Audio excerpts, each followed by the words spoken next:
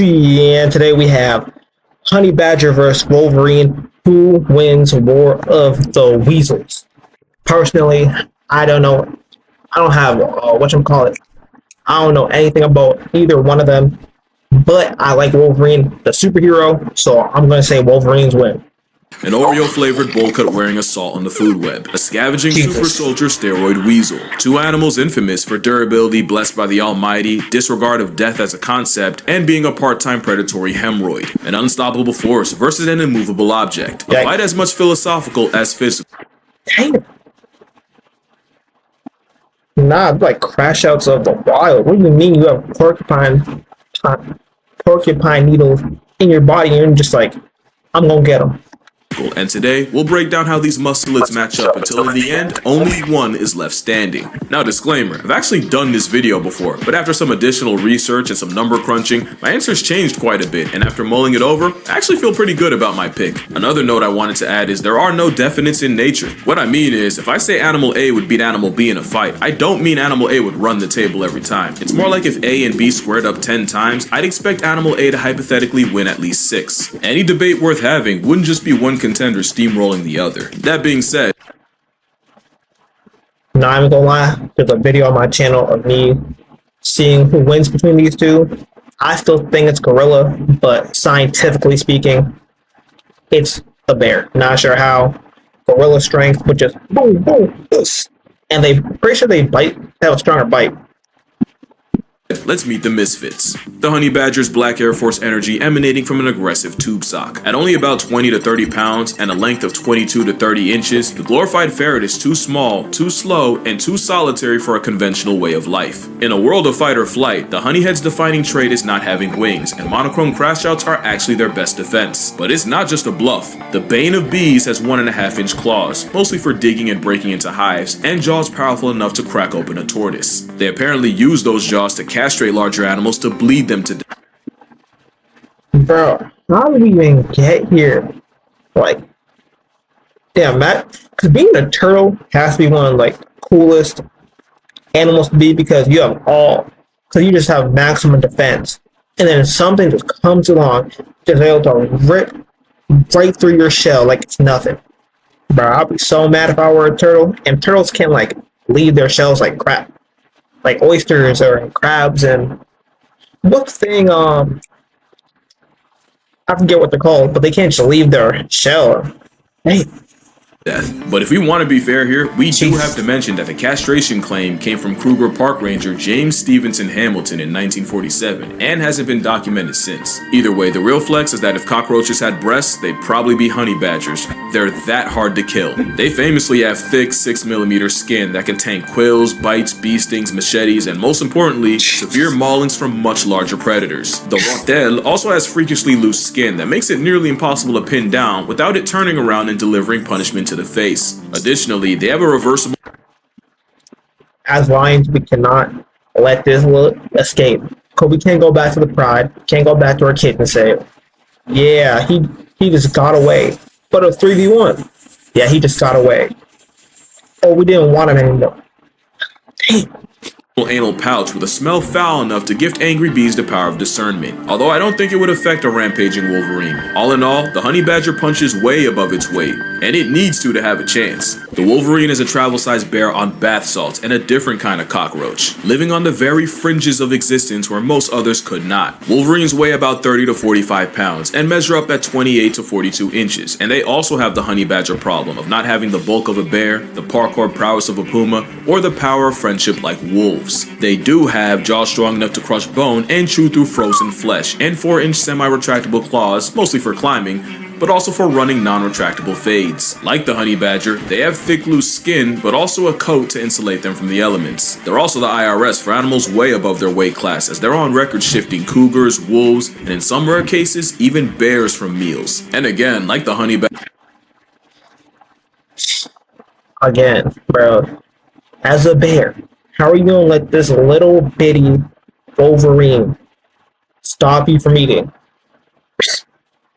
If I am a bear, you are getting crushed. What do you mean there's a little thing stopping a bear? It's not me. It's not gonna stop a bear. Badger, they also weaponize their anal glands enough to have the nickname skunk bear. Not something that should matter against a badger, but the fight would be an odious assault on and of every sense. The Wolverine's bigger frame means it has confirmed kills against animals up to 20 times its size, and there's even one case of a Wolverine allegedly putting a polar bear in past tense by latching its jaws around the bear's windpipe. But just like with the honey badger, there isn't really evidence of a rageaholic gym sock suffocating a polar bear with more than just smell. A polar bear lost to its gout. Get back, bro. But then again, people won't let facts get in the way of a good story. That's how some animals end up sounding way worse than they actually are, and how other animals don't get taken nearly seriously enough. Like the most dangerous animal in Yellowstone isn't a wolverine, a wolf, or even a bear, and a quick look at these articles and you'll see that a fluffy, bearded tank puts way more humans in hospital beds. But actually reading the articles will tell you that it's the people causing problems, and the bison are guilty of only protecting their personal space. That's why it's important you have both sides of a story before you start judging, and that's why I'm working with Ground News. Ground News isn't they live in, because laying out all the tools they have to work with isn't as important as how they use them in the first place. Starting with the sand-seasoned rage-baiting ratel. Honey badgers have the second widest prey range of any mustelid, and most of what they find is by using their claws to dig them up. A study done in the Khalahadi Transfrontier Park found that most of what they eat are small mammals like mice and gerbils, and small reptiles like geckos and skinks. But honey badgers are also high metabolic maniacs that'll try highly venomous snakes such as puff adders and black mambas, and they'll steal larvae straight from the heart of homicidal beehives. They're so masochist coded. I wonder if animals choose what they're going to eat today. Like, if you're like a top dog, top predator, or you're like a Wolverine apparently who can fight bears, do you like choose and be like, I had bear yesterday. Do I want honey? Do I want snake? Or do I want a lion? Like, you feel me? Like, do they think like that, or it's kind of just like, I'm hungry. What's around? Snake? Alright. That many believe that they're immune to venom when they're only resistant. There are cases of honey badgers being excused from the mortal roll call while eating honey because they got stung to death in the process, and getting flatlined by snakes because they kept getting bit but refused to quit. Honey badgers seem to have a severe lack of self-preservation, but it makes sense when you live in a world where running away is physically not an option. But it also means they're crazy enough to try to meal tax a leopard right in front of it. And that's cause the honey badger is a forager on steroids that doesn't pass up opportunities to eat because they virtually can't afford to. Most predators rest and chill after a big kill, but honey badger will stop only for as long as it can't afford to. Most predators. Yeah, that's a person in there.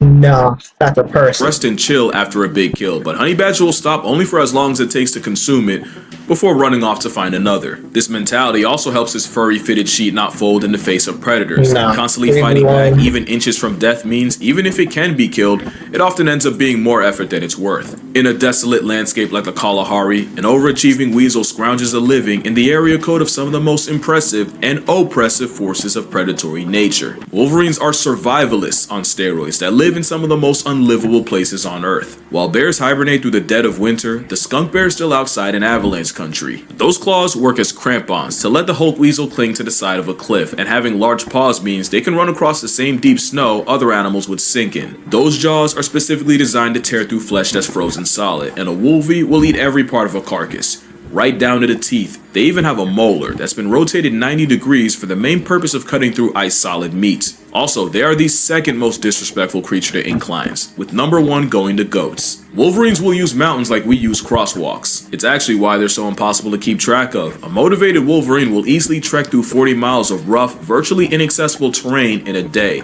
and in Glacier National, there was one case of a Wolverine scaling a 5,000-foot peak in an hour and a half. And that stubbornness Jeez. But I thought I was a D1 eater, but this man is going through thick and thin to get his food, bro. applies to their diet, since wolverines often have to scavenge under the noses of apex predators. But wolverines can kill too, and in a study, 84% of the observed wolverines' diets included reindeer, and 28% of those were actually wiped out by wolverines. There might not be a worse predator to have than a wolverine, and it's because of how they hunt. Wolverines are the pioneers of one-person persistence hunting, and in one study, a wolverine chased a caribou for a total of just under 40 miles in a hunt exceeding 6 hours. The animal with I ain't go, bro. That That would be so like disappointing. Like you're an animal, you're think like you just want to keep going because you don't want to get eaten. But it's like 6 hours of just running, and this dude, he's not. Because mind you, I don't think the Wolverine caught up to the deer. I think the deer just got tired and was like, "All right, you got me. You win. Eat, bruh." That's Glutton for a Latin name will tailgate a mark until they eventually gas out. So whether it's a determined garbage disposal or a flagrantly reckless felony ferret, beating either would be a war of attrition. But the question still remains, can he fight though?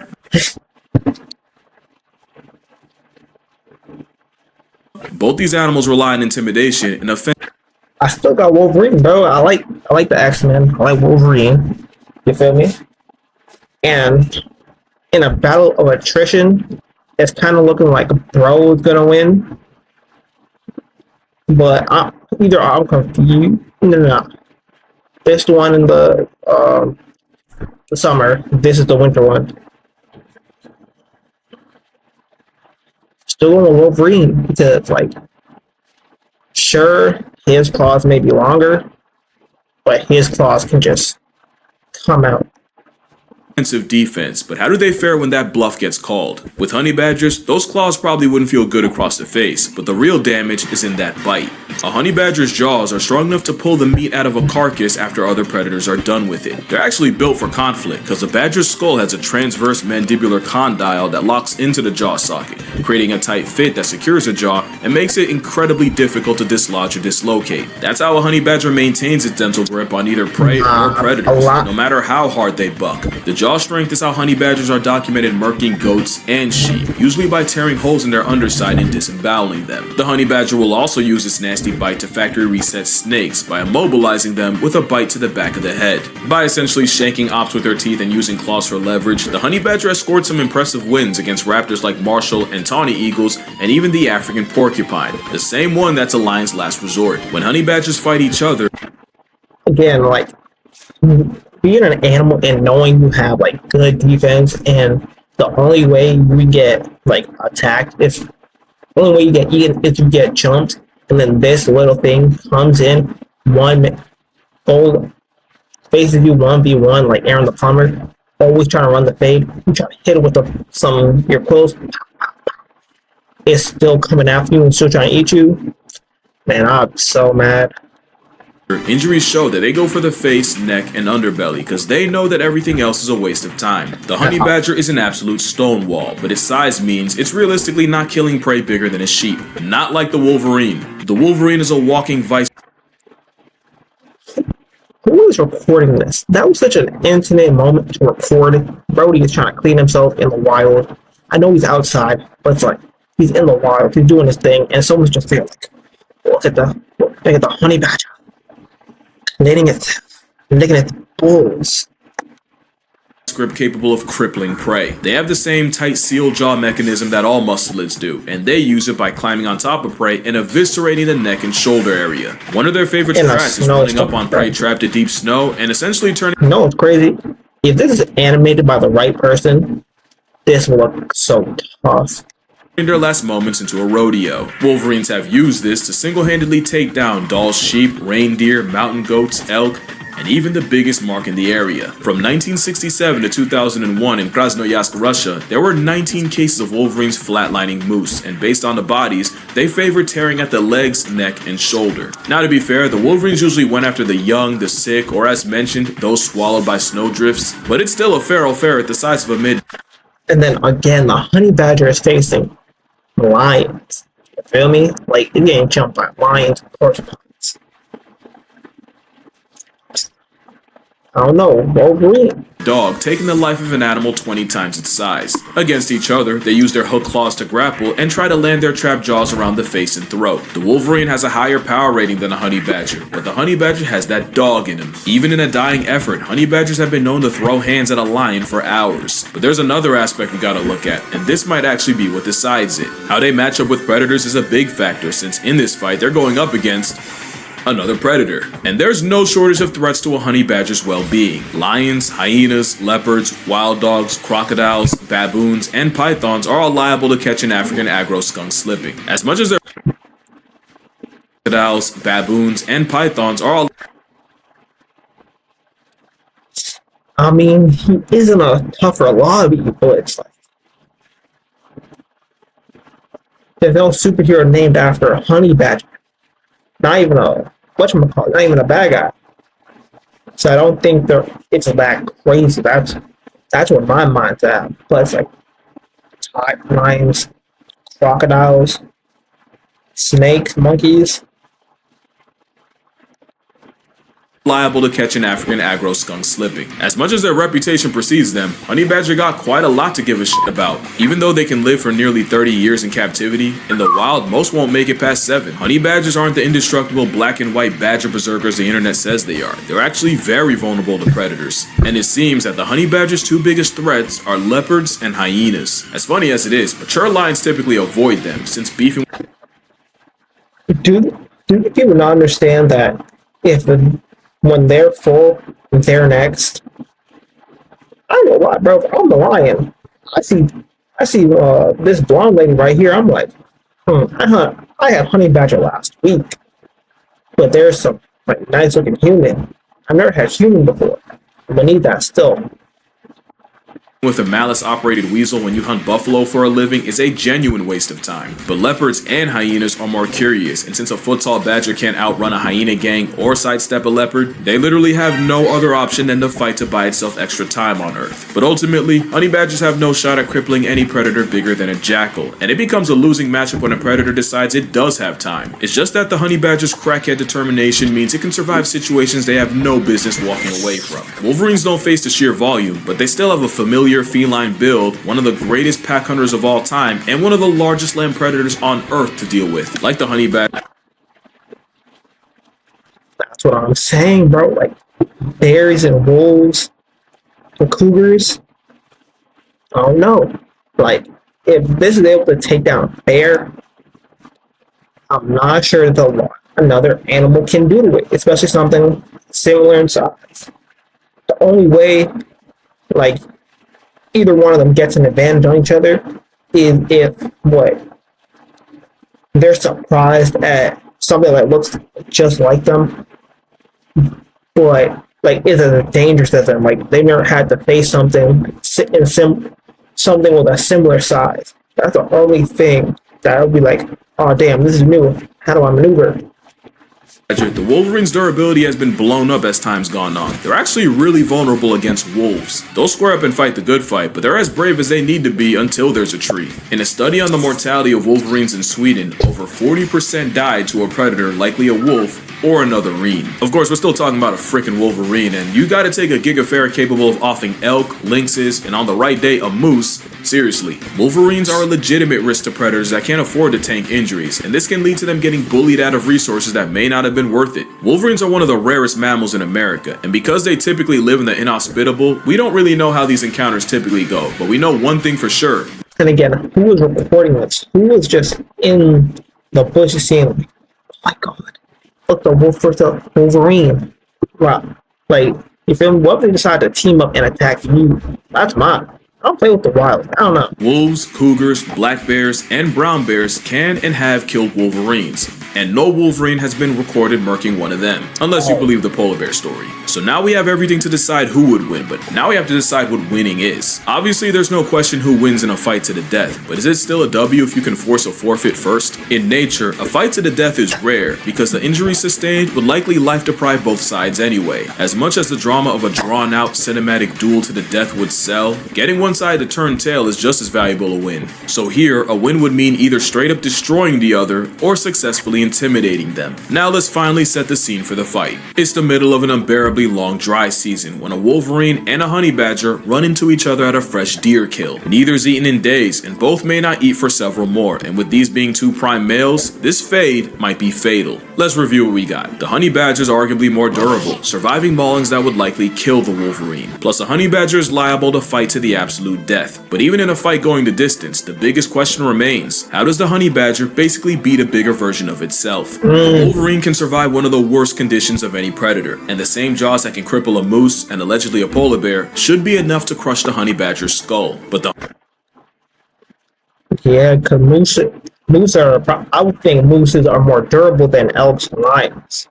honey badger takes a lot to kill, and will be squirming and giving it right back the whole time. For the Wolverine, the question is, if bigger predators struggle with it, how does the Wolverine expect to be any different? It's not easy, but the winner is the Wolverine. The honey badger's life. Yeah, I wish I put money on it, bruh. Because the Wolverine, again, has a superhero named after it. I've never heard of the honey badger before. Looking loose skin and attitude would make this a prolonged fight, but the Wolverine's jaws are capable of inflicting enough crush damage on the badger, especially if it lands a blow to the head, which they normally go for. In a fight going the distance, the Wolverine would get beaten up, but the honey badger likely wouldn't be able to get a kill on the Wolverine. But the real winner here is the Wolverine's lack of risk aversion. Even though the honey badger is more kamikaze coded, Wolverines have been known to die trying to steal a kill in front of a bear. So the chances the Wolverine backs off are lower than the Wolverine offing the badger, or even the honey badger running first. Against a similar sized African civet, the nasty honey badger is able to pin it, but ultimately the civet's able to walk away. I can't see a honey That's a bar.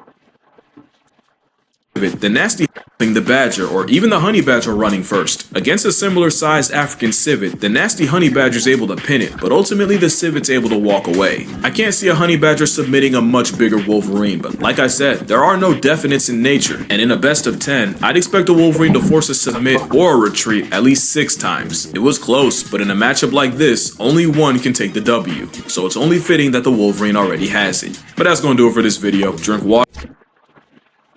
Again, Miles right.